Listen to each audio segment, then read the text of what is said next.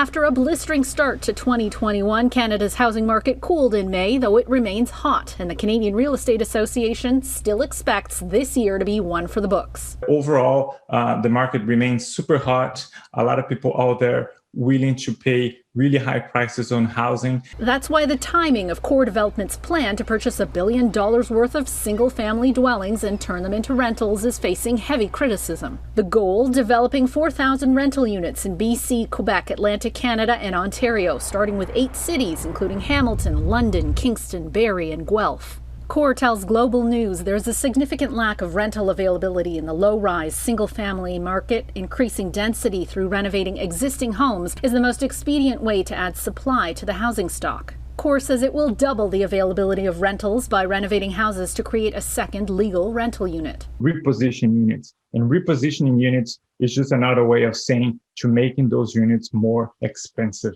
And that way they can go back to the investors and say, here it is. We're making a lot of money.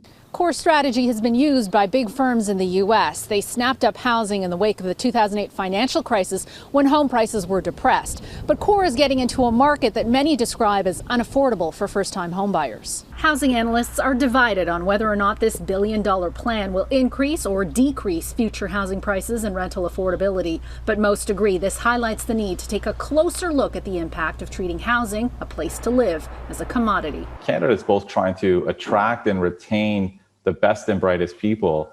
And the reality is most people want to own a home. And if we can't afford a home in this city, in this country that we want to live in, well, more and more people are just going to be moving out of Canada. Anne Gaviola, Global News, Toronto.